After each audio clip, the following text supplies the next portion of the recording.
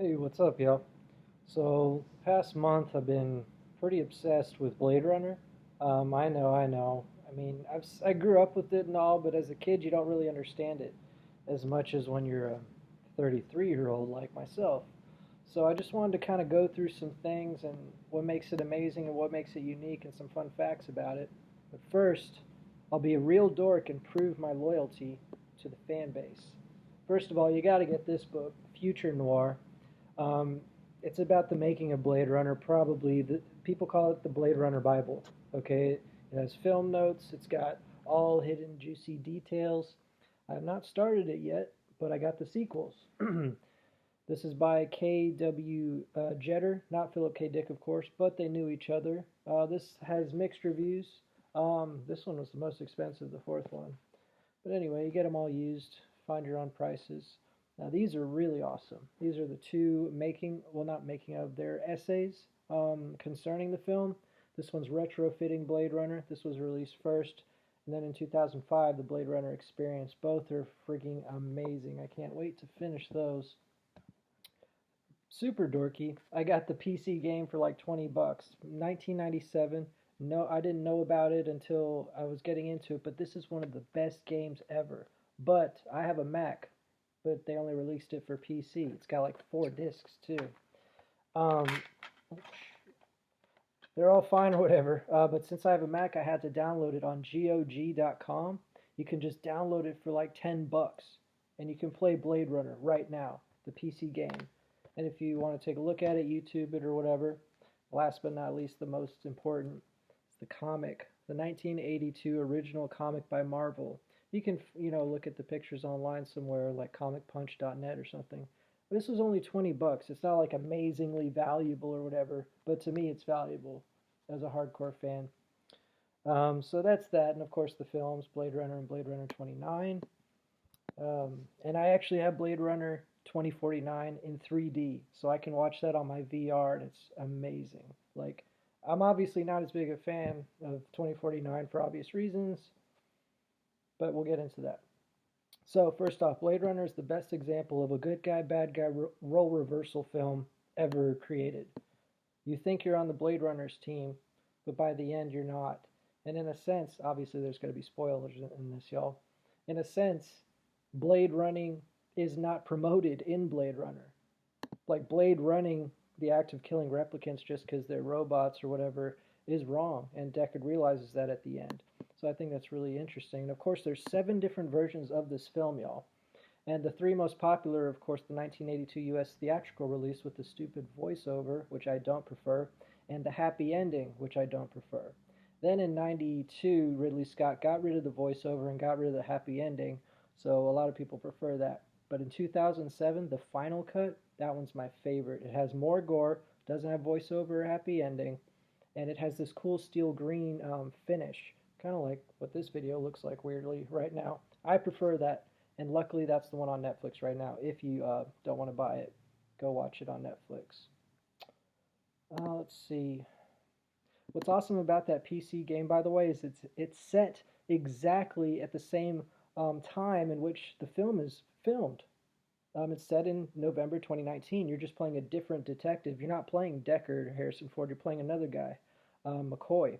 But what's fascinating is it has at least 4 of the same actors. It has Tyrell, it has Rachel, it has Leon, it has James Wong, the Asian dude.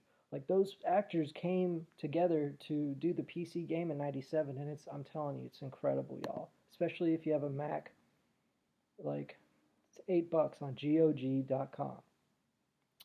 Anyway, so Showtime has a show called had a show called Total Recall 2077, but it's a series, and Total Recall, of course, was Philip K. Dick as well.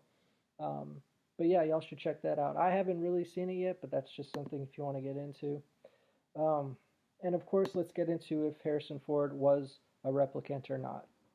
I am of the opinion, as is Ridley Scott, that he is. Harrison Ford and many others are of the opinion that he's not. So let's talk about the unicorn, okay? Deckard, in the director's cut and final cut, dreams of a unicorn. And then, of course, at the end, Gaff leaves a unicorn origami, and Deckard picks it up. Now, what does that mean? How does that mean Gaff is a psychic who can read Deckard's dreams? Or does it mean Gaff knows Deckard is a replicant, and the only way he could have known that Harrison Ford dreams of unicorns is because those were his implanted memories that the police gave him prior to any missions? And that's awesome. And of course, his eyes were glowing in a certain scene. And there's other clues, hidden throughout the thing, like Zora says, "Are you for real?" That's just another hint. But if you want to delve more into that, read Future Noir. It's a great book. Let's see. Something interesting, there's an actor's strike in 1980 to 1981, right when they were starting to get things rolling. However, because the actors couldn't do anything for 9 months, it gave the art designers of Blade Runner, like Sid Mead and all those geniuses, it gave them 9 whole months of pre-production time. That's a lot more than most films. So it allowed kind of the more detailed atmospheric stuff to be created and have time to do. And we all know that a lot of the inspiration from Blade Runner came from heavy metal comics. I kind of like those comics. They're a little too graphic and sexual to like just enjoy, but they're very interesting, the films. But the comics are obviously this kind of cyberpunk, high tech, low life kind of mentality that Blade Runner basically created. Doesn't get enough credit for.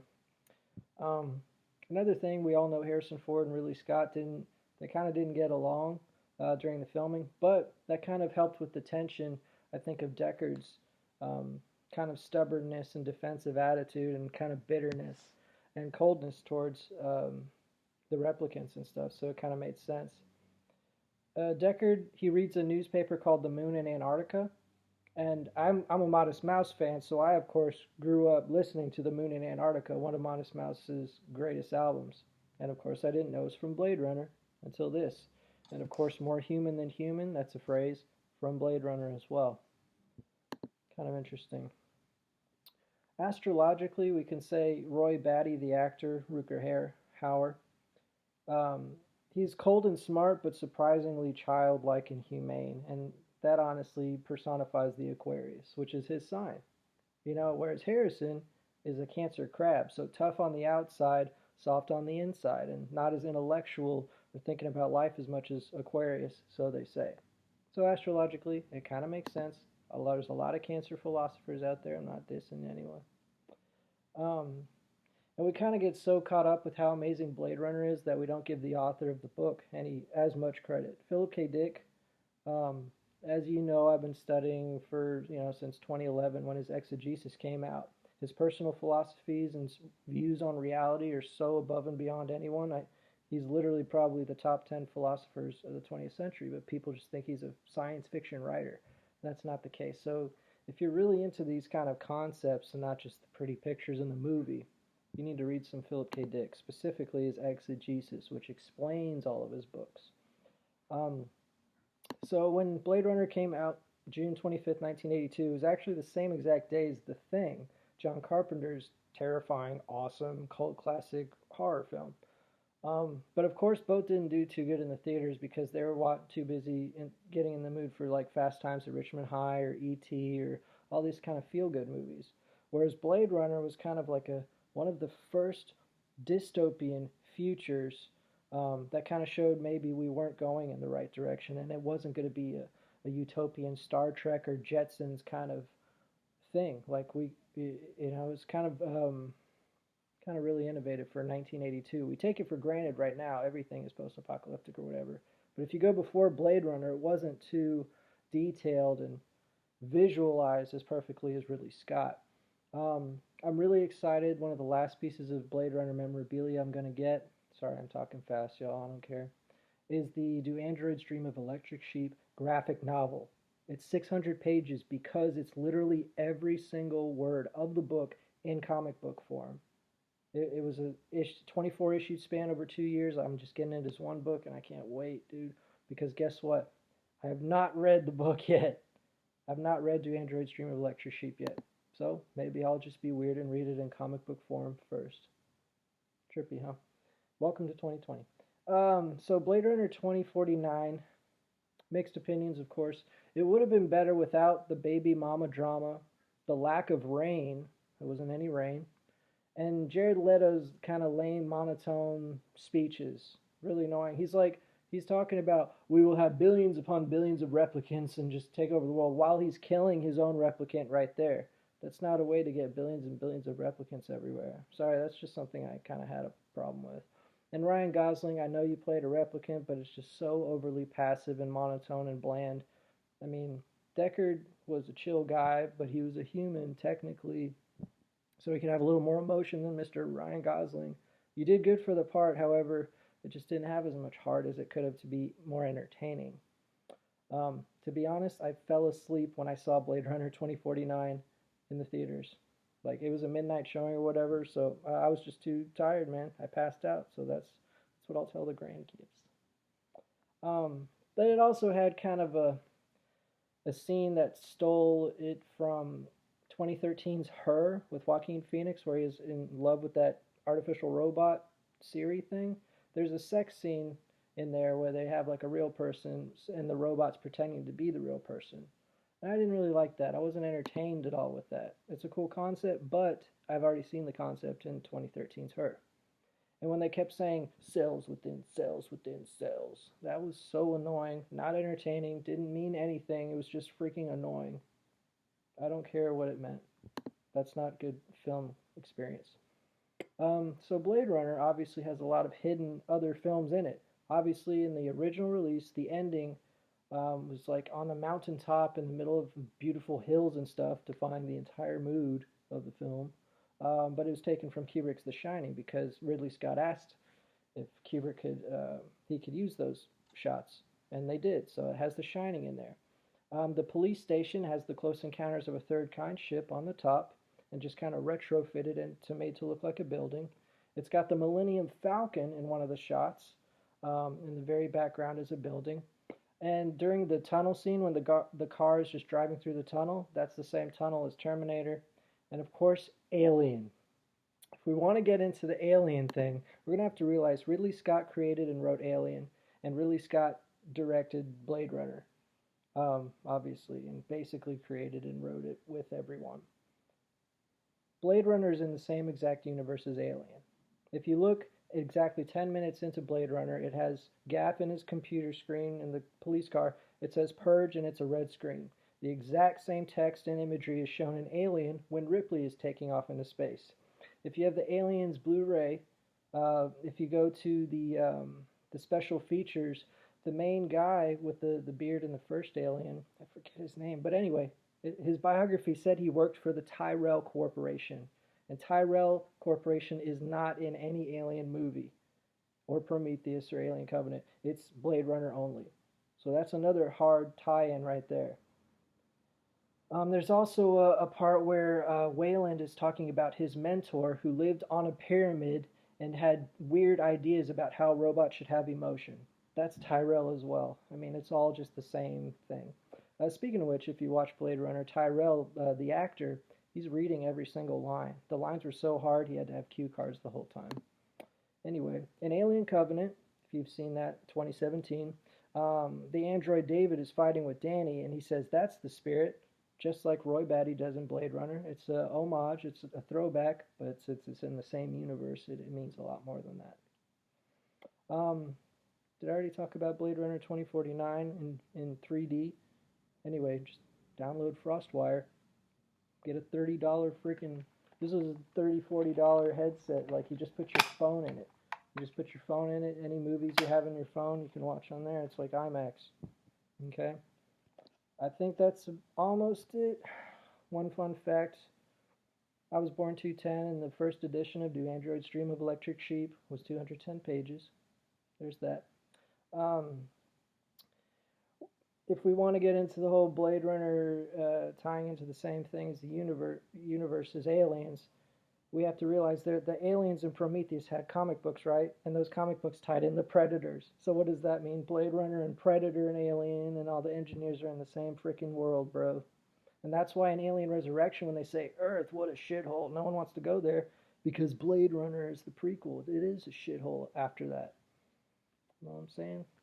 And so the unicorn, I already talked about that. Okay, here's something interesting. The character animals. I'm almost done, y'all.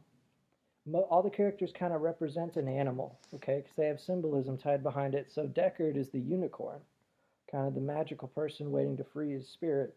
Rachel has the spider story. Roy Batty is the wolf, the hunter. Pris looks like a raccoon with her makeup. Tyrell has the owls everywhere, representing wisdom. Zora is the snake, kind of devious wisdom. Leon has the whole turtle thing. He's like really strong and but slow.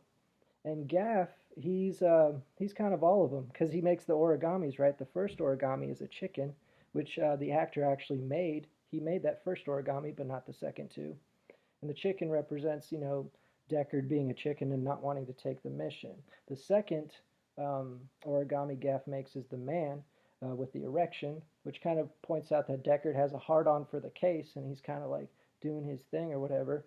And then the last origami, of course, is the unicorn um, to prove that Gaff possibly knows Deckard is a replicant and he's okay with him and Rachel going off to live their life the rest of the time they have or whatever.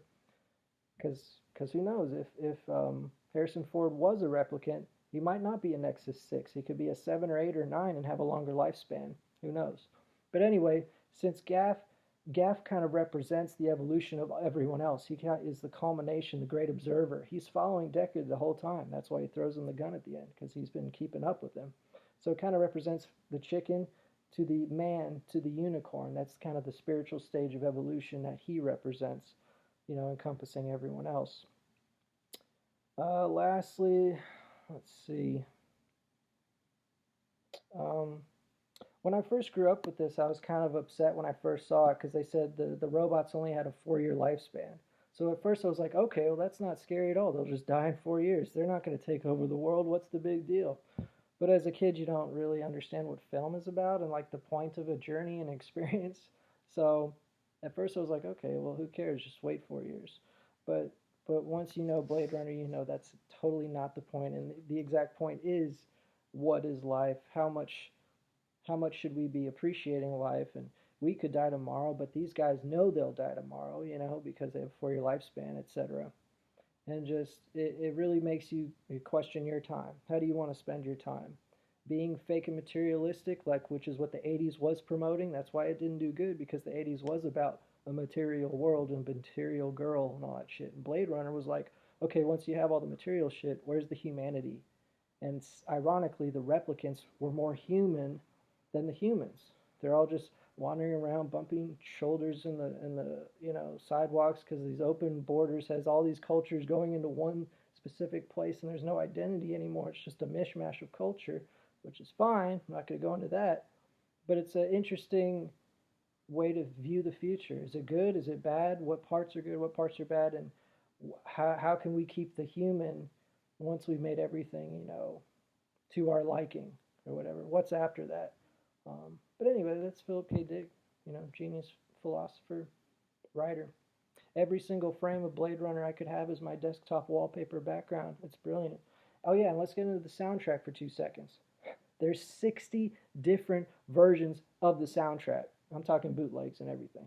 I only have the 1982 record on vinyl. I didn't bring it out, but I swear I have it. And then I have the Evangelist re-release, which was still not the complete soundtrack. There's a whole controversy with the soundtrack too. Um, but anyway, y'all can read into that. Get these books that I got if you're into it. If you're not into it, then you just wasted 20 minutes